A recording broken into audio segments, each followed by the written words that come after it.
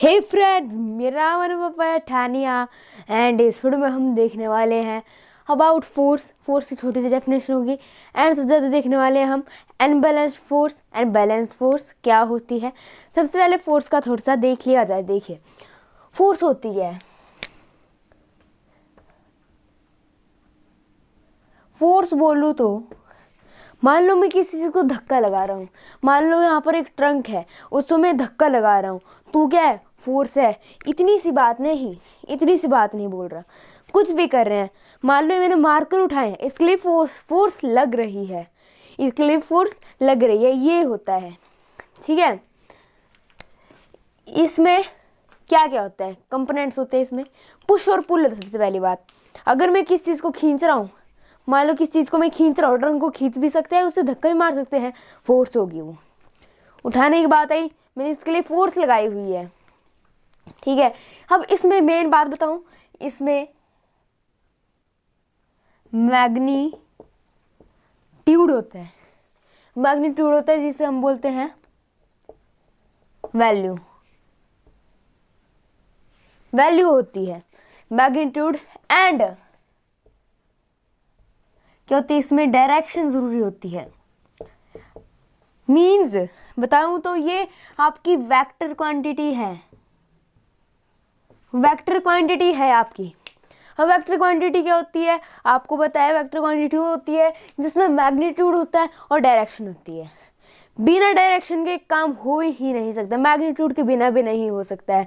मान लो मैं किसी चीज़ को धक्का लगा रहा हूँ, फोर्स लगा रहा हूँ, तो एक सवाल आएगा, भाई किस तरफ को फोर्स लगा रहे हो, राइट या लेफ्ट, फोर्स किस तरफ को लग रही है, ये सवाल आएगा, इसलिए उससे बोलते हैं वेक्टर क्वांटिटी। अगली बात, फोर्स जो है इसे हम डिनोट करते हैं एफ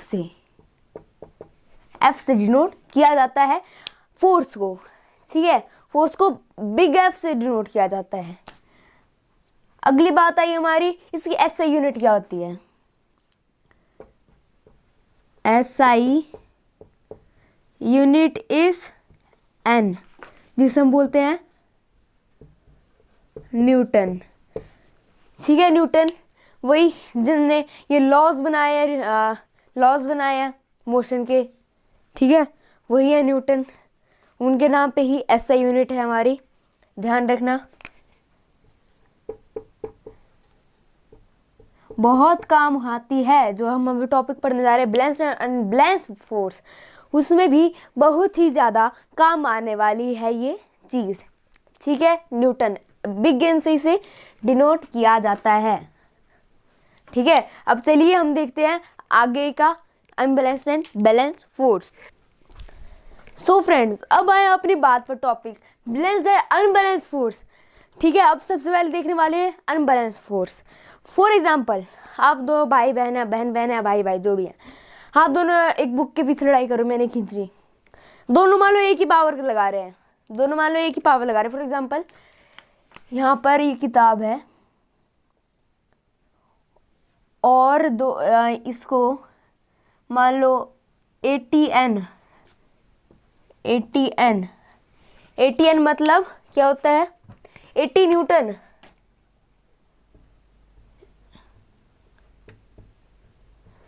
न्यूटन। इसके फोर्स से खींचा जा रहा है, तो बताओ किसकी तरफ जाएगी ये? आप बोलोगे ये तो कहीं नहीं जाएगी, क्योंकि फोर्स एक बराबर लग रही है, तो उसी जगह स्टेबल रहेगी। लेकिन थोड़े से गलत हो आप, 50% सही भी हो, उसको हम आगे देखने वाले हैं। ठीक है, देखिए ये हो गया। तो अब होता क्या है, जो आपको प्रोडक्ट होगा वो होगा आपका 0 न्यूटन का। कैसे, उसे देखने वाले हैं। ठीक है, अब एक फॉर्मूला होता है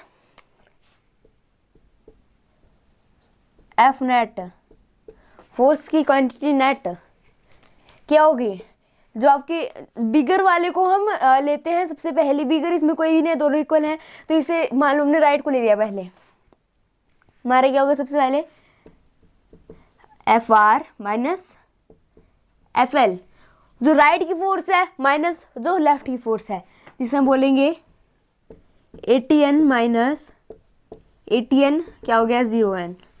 इसी तरह हमारा आंसर है, ऑन नहीं है 0N है। 0n, इसकी जो प्रोडक्ट आता है, इसका जो प्रोडक्ट होता है ये होता है आपका 0n का।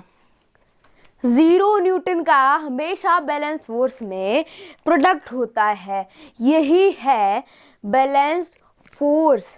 ठीक है, मीन्स दोनों साइड से, ऐसे नहीं हो सकता सिर्फ यहाँ पर क्या हो रहा है, पुल कर रहे हैं, हो सकता है इसकी जगह आप इस चीज को धक्का मार रहे हो, आप इस चीज को धक्का मारो, दोनों जगह से एक फोर्स, अब इसी जगह रहे, हिलेगा तो है नहीं। लेकिन अब हम बात पे आते, मैंने बोला था आपको, है ना, तो इसमें आप सोचोगे, मान लो ये आपके भाई या बहन आपके यहाँ से किताब खींच रहे हैं, दोनों एक 80 न्यूटन से की फोर्स से खींच रहे हैं, तो आप बोलोगे कि ये एक ही जगह स्टेबल है, एक ही जगह वो स्टेबल है। लेकिन आप 50% सही हो, 50% सही हो, बिकॉज वो आपका रेस्ट में भी हो सकता है या आपका मोशन में भी हो सकता है, मोशन, लेकिन मोशन होगा वो होगा आपका यूनिफॉर्म मोशन होगा, अनयूनिफॉर्म नहीं होगा। जैसे यहाँ पर से आया एकदम से एक्सीलरेट हो गया, मतलब एक्सीलरेट वाली प्रोसेस नहीं आएगी, जितनी स्पीड से पहले चल रहा था वैसे ही चलता रहेगा। ठीक है, वो बाद में आपको चीज़ समझ आएगी अगले लेक्चर देखने पर भी। ठीक है, हमारा कंप्लीट हो गया है, हमारा ये कौन सा है, जी हाँ, बैलेंस फोर्स। तो अब अनबैलेंस फोर्स जस्ट इसका उल्टा होगा। ठीक है, उल्टा कैसे होगा वो देखना है हमें। ठीक है, सबसे पहले इसको इरेज करना है।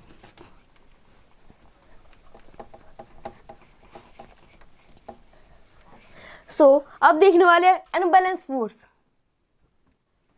अनबैलेंस फोर्स क्या होगा, अनबैलेंस फोर्स होगा इसकी जस्ट उल्टा।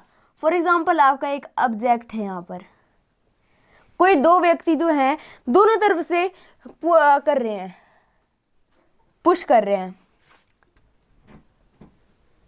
ठीक है, अब इसमें क्या हो रहा है, पुश कर रहे हैं यहाँ पर। तो मान लो यहाँ पर एक कमजोर आदमी है,